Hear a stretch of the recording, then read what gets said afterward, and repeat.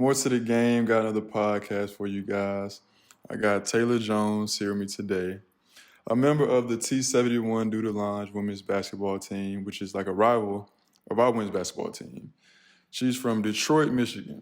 So Taylor, I want you to tell me about your background, you coming up, how Detroit was, because Kaylin Willis, friend of the channel, is from Detroit. So I know a little bit about Detroit, but not everything. So how was it for you growing up? Uh, I grew up the youngest of four.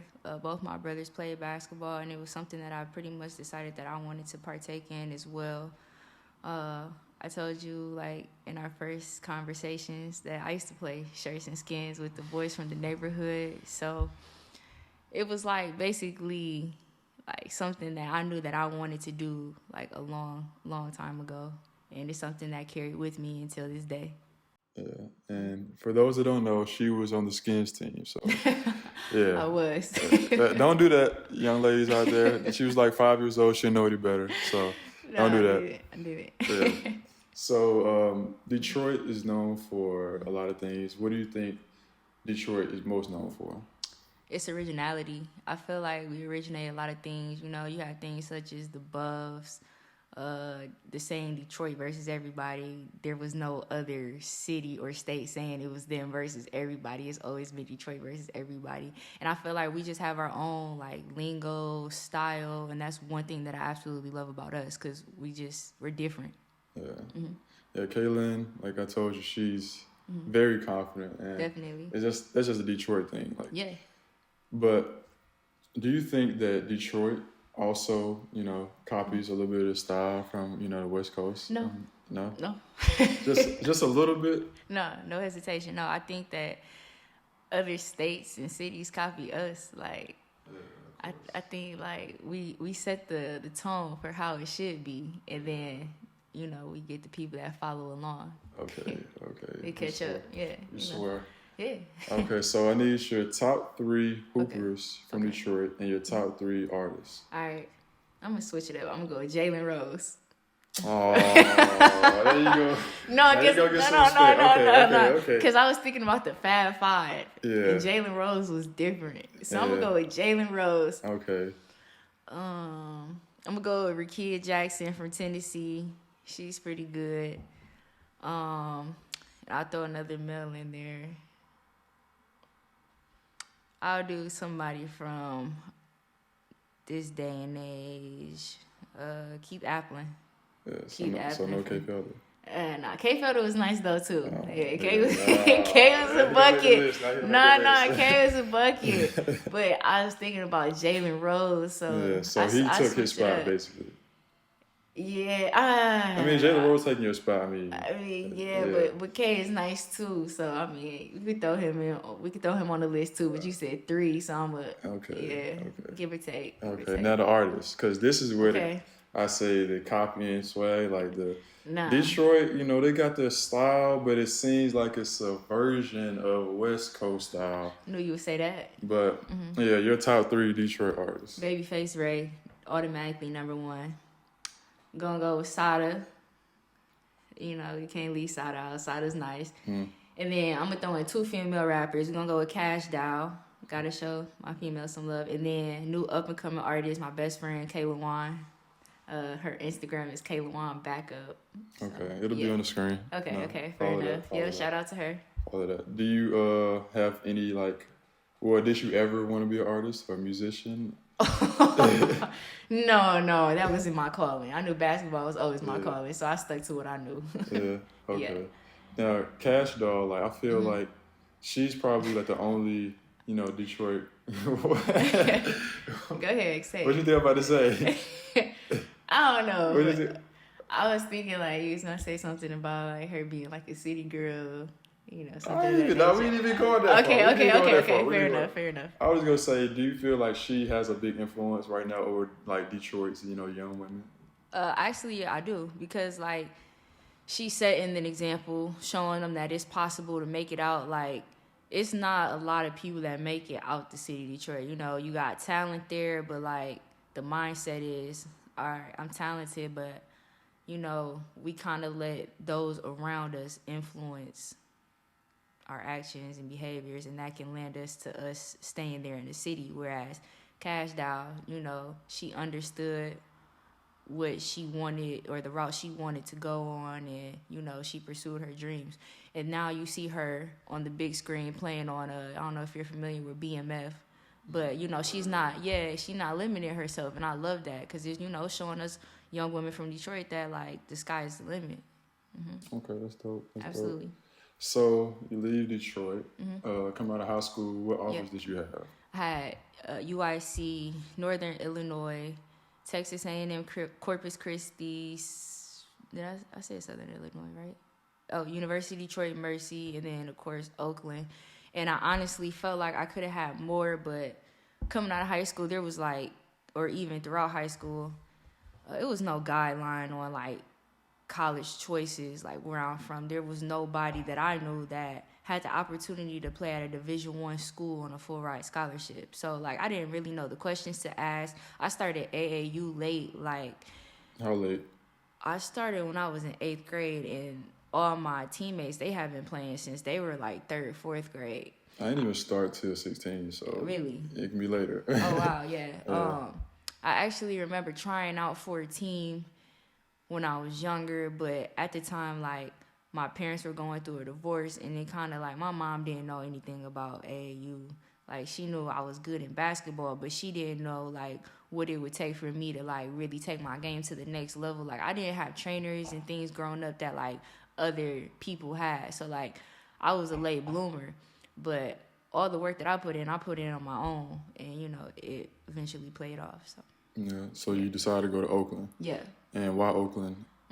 I decided to go to Oakland because like I wanted to be like a hometown hero in a sense. And my junior year of high school, my grandma actually was diagnosed with breast cancer, and we had made it really far in the state tournament, and she wasn't able to come to our games because of her chemo. And so like when it came time for me to make my college decision, I pretty much knew that I wanted to stay close to her because she's one of the most important people in my life, and I wanted her to be able to still see me perform, like, because that's something that she wasn't able to do, throughout her treatment.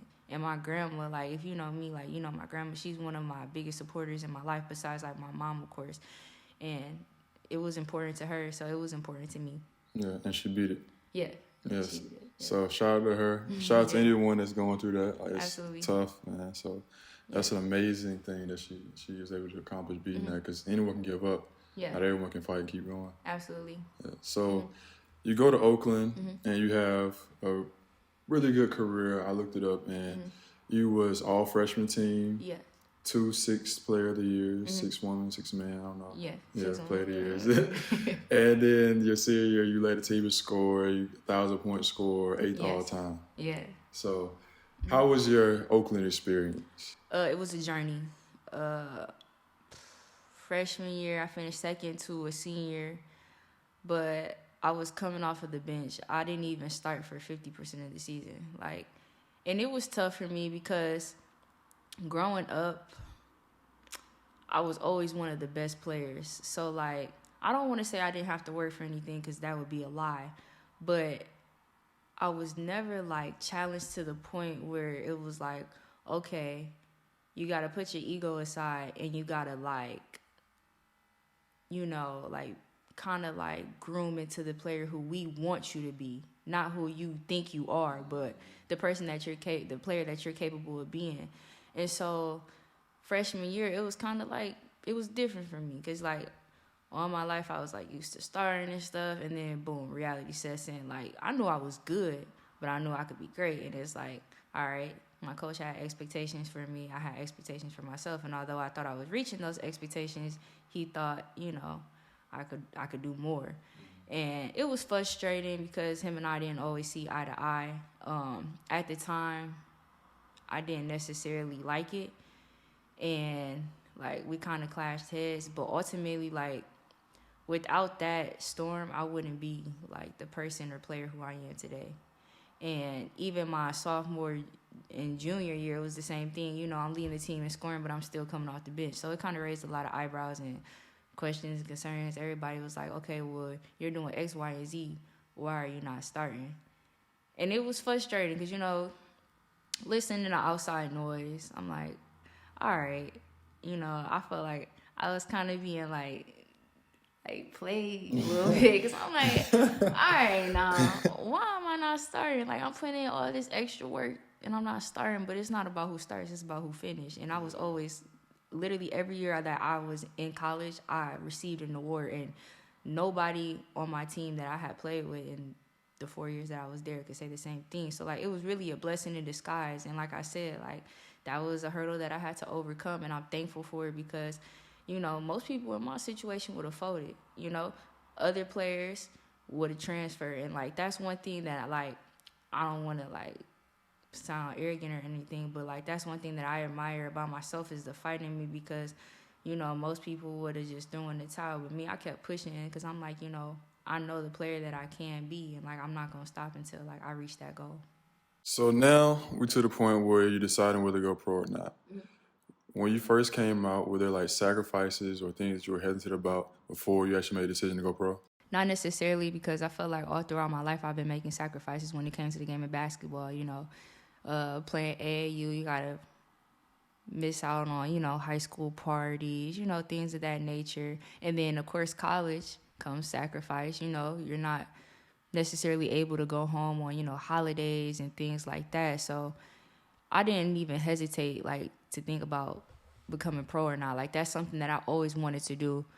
And like it's funny because now when I encounter like old classmates and their parents or something, they always talk about like how they admire the fight in me. Like ever since I was younger, they said that, or I've been saying that I wanted to be a professional basketball player, and it's something that I stuck with until now. You know what I mean? Like most players, or most people rather, when they're younger, they say they want to do this, that, and the fourth. But then when obstacles occur, they throw in the towel. But me, like, I kept striving, I kept pushing, and, like, that's one thing I absolutely love. Yeah. You don't really, you can't really tell someone's character until adversity hits. Facts. And you definitely see that all the time with athletes. Like, when you go through something, that's when you really see what people are made of. Yeah. And a lot of people can't make it through that to get to the other side. Yep. That's why the numbers go down every level of who makes it. Yeah. Because it's a different form of adversity you're going to be facing. Because if people don't know, like, overseas, it's, like, a lot different than playing in college. It is. And do you think, like, for women specifically, like, is there things that makes it even tougher? I do. I would say pay.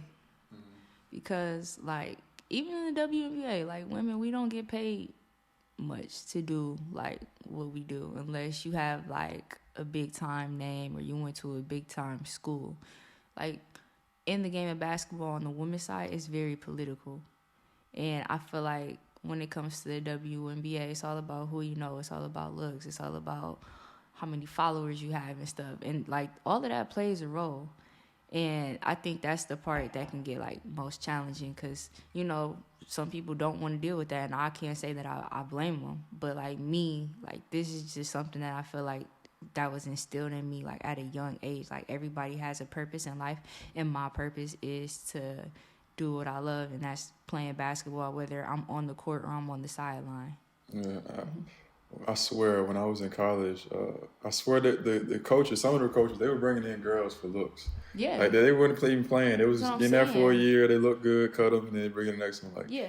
That's one thing, like, do you prefer men or women coaches? Because I feel like it's different depending on, like, which one it is. Like, I feel like, I know my sister, she played basketball in college, and she had, at her school, she played at Tuskegee, she had a woman coach, and she was able to be super hard on her and, like, whatever. And I feel like dude coaches, they might not be as hard, but they also might not have always the best intentions, Well, I'll be blunt. The coaches that I play for that have been women, I haven't necessarily, like, cared for. It's like, if we going back to middle school, like, okay, like, it's middle school, so it don't count. It don't count. But, like, I've only had 2 women coaches throughout my career, and it just, the energy was too much, or like, not even necessarily. Like, with women, we're emotional, so we move off of emotions, and, like, female coaches can be very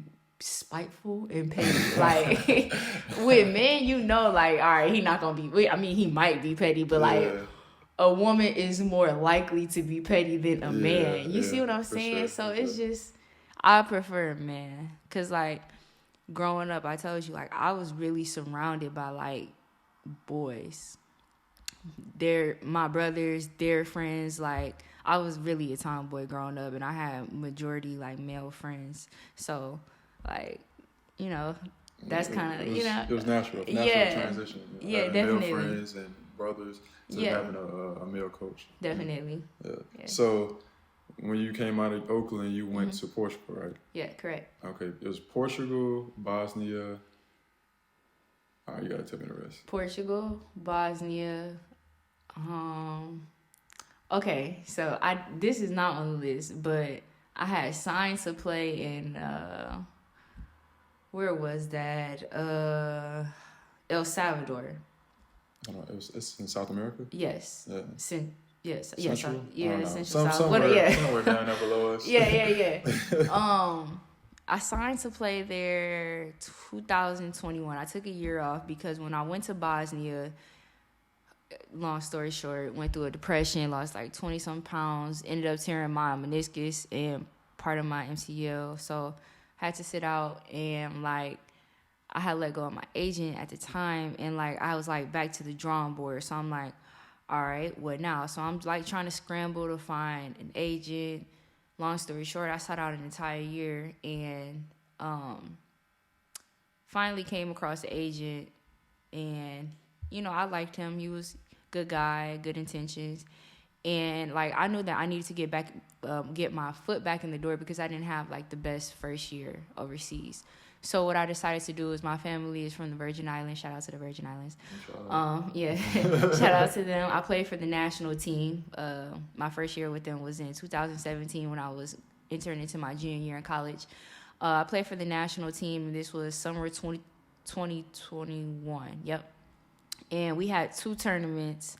The first tournament was held in El Salvador, and that was my first tournament back after like my surgery and stuff, and I absolutely killed it. I think I averaged like 14 points. So I knew like all I needed was film. Like with film, you can pretty much like get your foot back in the door. And it was drilled in my mind like, all right, Taylor, you go here and kill, like you're good. Like a door is gonna open up. Like God is gonna make a way. So I ended up performing well there, and then we had another tournament in July.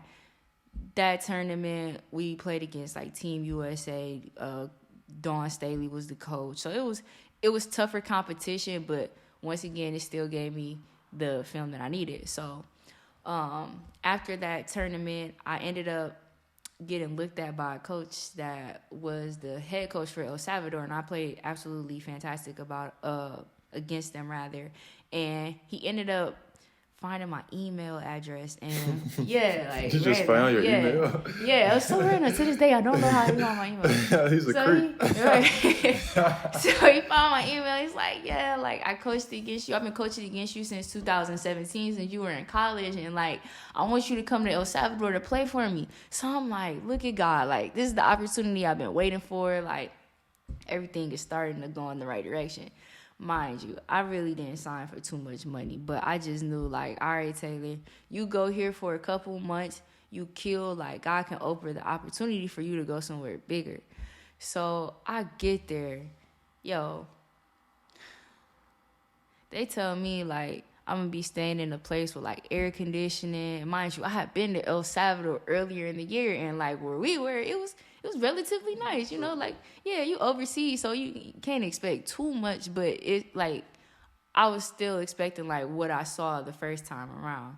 I get there, it was cockroaches in my room. Like I promise you, like the curtains was a bed sheet, like it was no toilet seat, no toilet seat rather, no shower head. Like when I tell you, I was there for not in that place, but I was in El Salvador for a week, and then I had to pay to go back home. So at that point, I'm like back, like we back to square one. Yeah, like I'm like, why does this keep happening to me? Like God gotta have something good for me. So I was there briefly. That's why I don't even put that on the list of countries that I played in.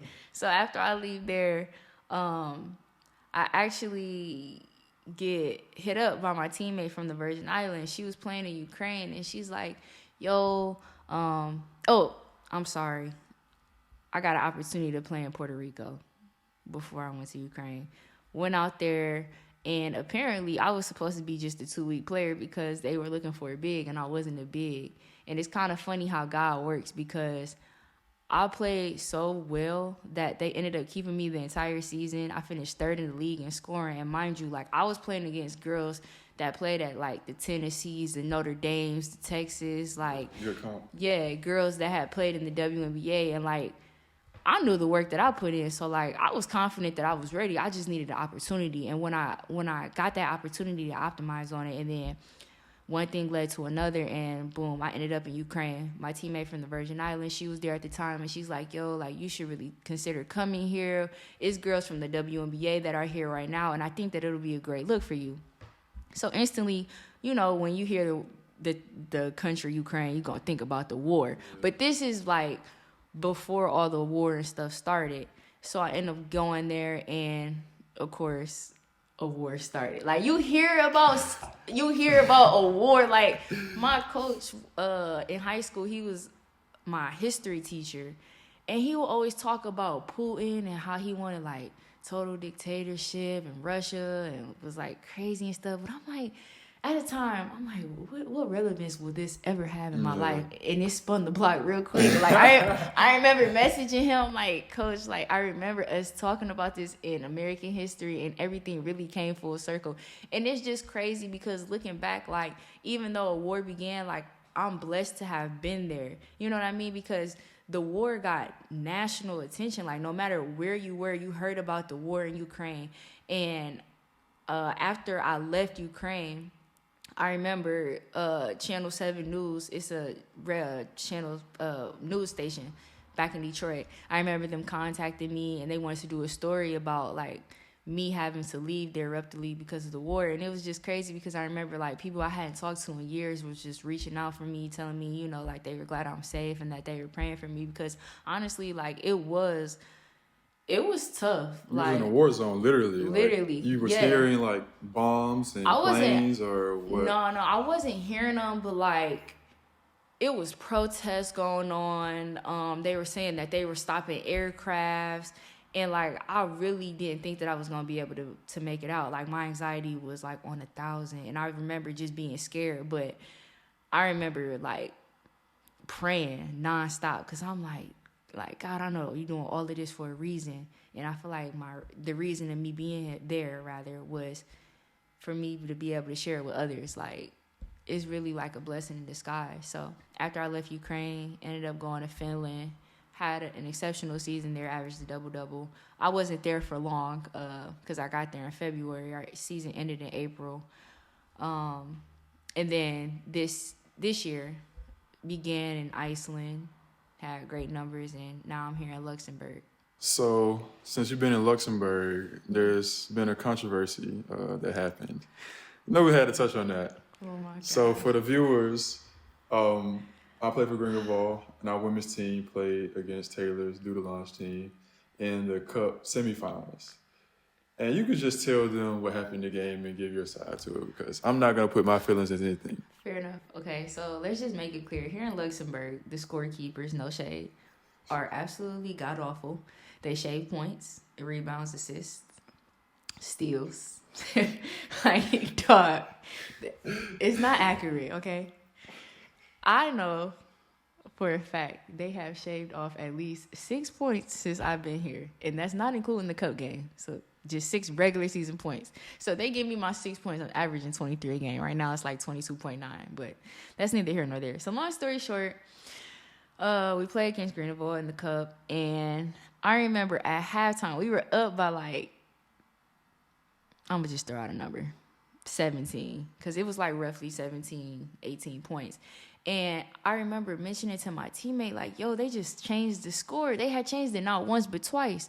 So I'm like, why do they keep changing the score? And then the first half, the scoreboard wasn't on.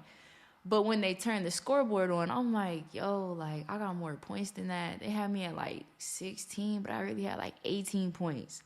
So them 2 points make a difference. So I'm like, all right, whatever. Like, we're up. I'm not gonna panic. Long story short, Greenville comes back and we win the game by what, 1 point, right? Yeah, we win by 1 point. Yeah. But let's say 30 minutes after, we start hearing cheers coming from the locker room, the other locker room, not ours. And I'm like, what are they cheering for? And they're like, they said that Greenville won the game. So I'm like, after we just celebrated, after we just took pictures, like, fan base was amazing.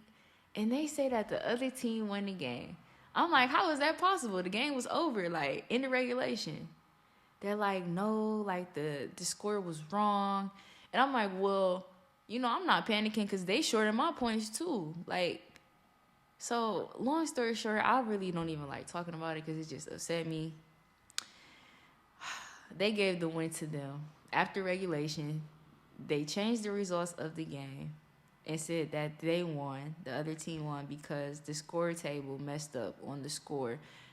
Not the first quarter, but the second quarter. And it's crazy because at halftime, my coach asked if that was the right score, and they said yes. But it wasn't until after the game where they tried to say that the score was wrong.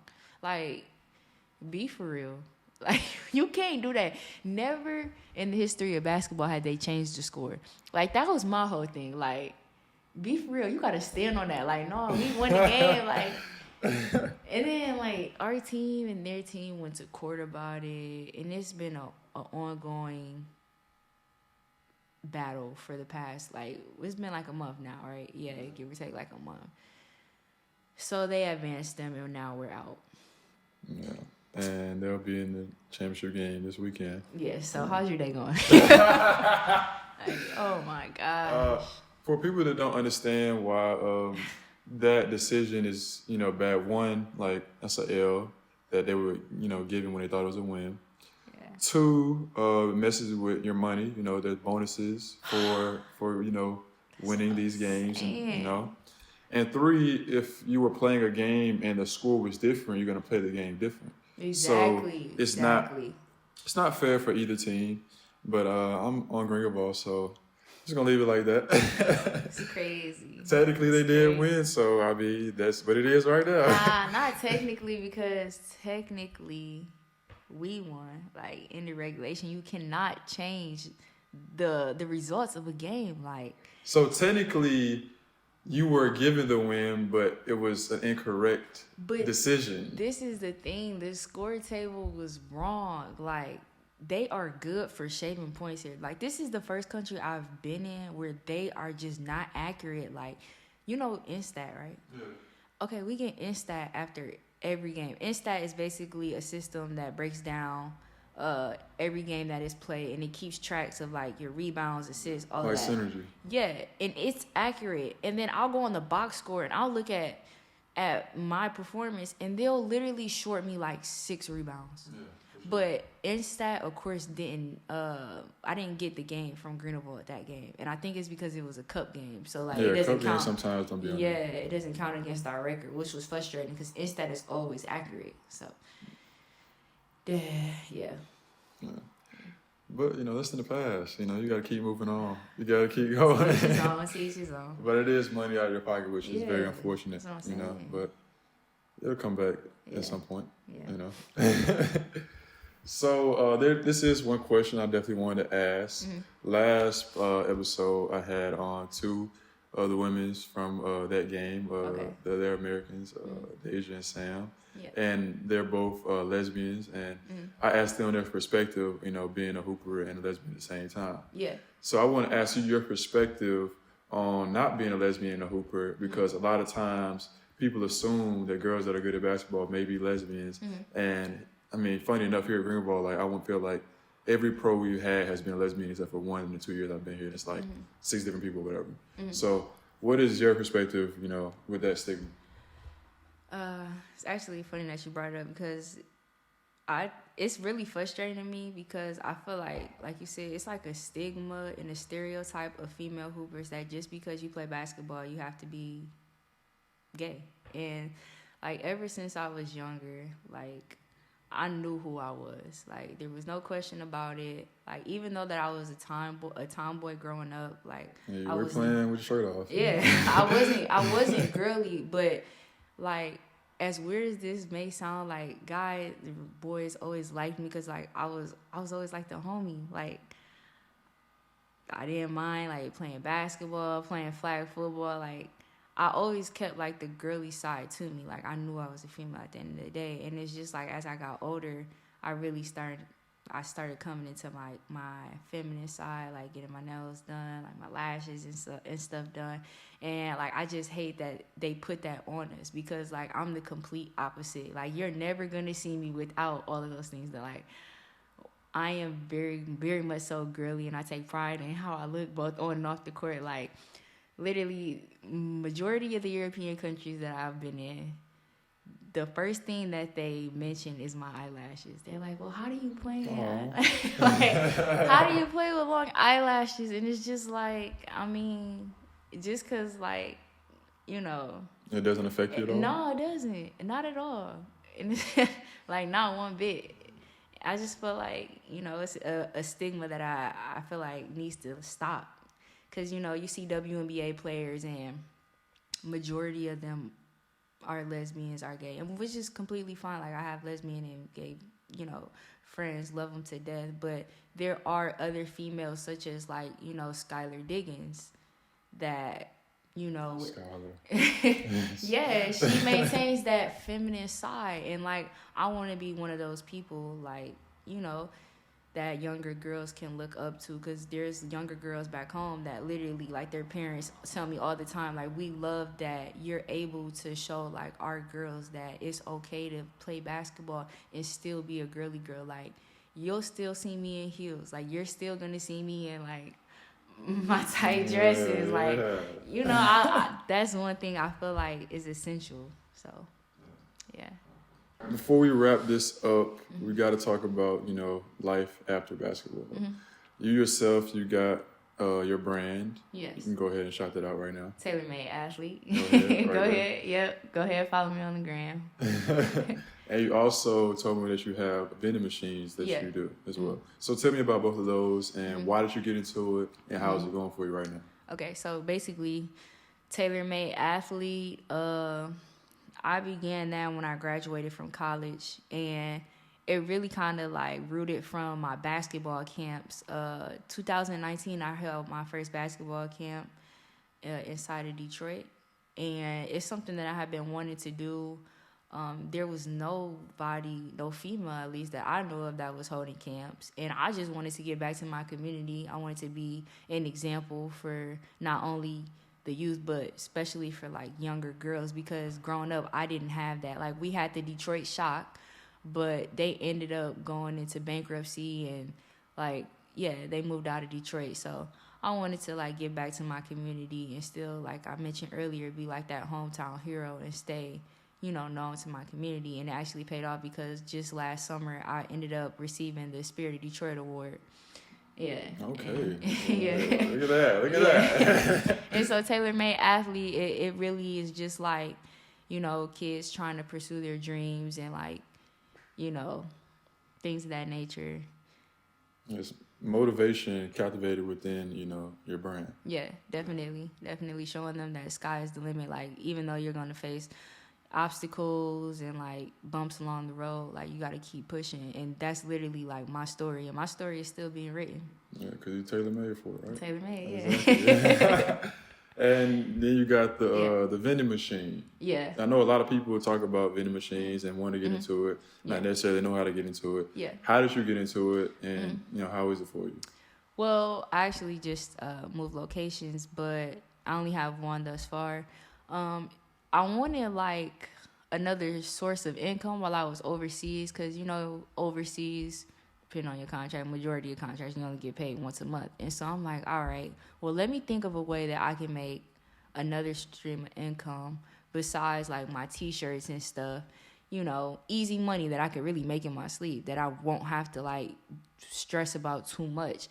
And I'm like, all right, let me think of some things. And then a vending machine popped in my head. I'm like, okay, Got money saved up, why not invest in a vending machine? Like, that's easy money right there. Only thing you gotta do is just have somebody you trust, refill it up. And I just kind of went with it, and it's been doing pretty well. That's good. Yeah. Gotta be multifaceted. Can't just be a hooper. You gotta Definitely. have, your business stuff taken care of, take care of your money, Yeah. be, versatile. So Yeah. definitely respect you for that. Thank Is you. there anything you want to leave the viewers with? Any motivation? You're tailor-made, so I know you got something for them. Actually just got a new tattoo, and it says, "Without the journey, there's no destination." And I just got that put on the back of my hoodies, and I really think like that can just sum up my story thus far. Like, my journey has been one of ups and downs, cries, failures, and much success as well. And without any journey, like, you're not gonna reach your goal. So you gotta just keep pushing, stay mentally strong, and just remember that the sky's the limit. For sure. Yeah. Well, y'all, that's Taylor Jones. She's tailor-made, and there's more to the game. We appreciate you guys tuning in today. Like, subscribe, comment, follow all the links we put up, and we'll catch you guys next time.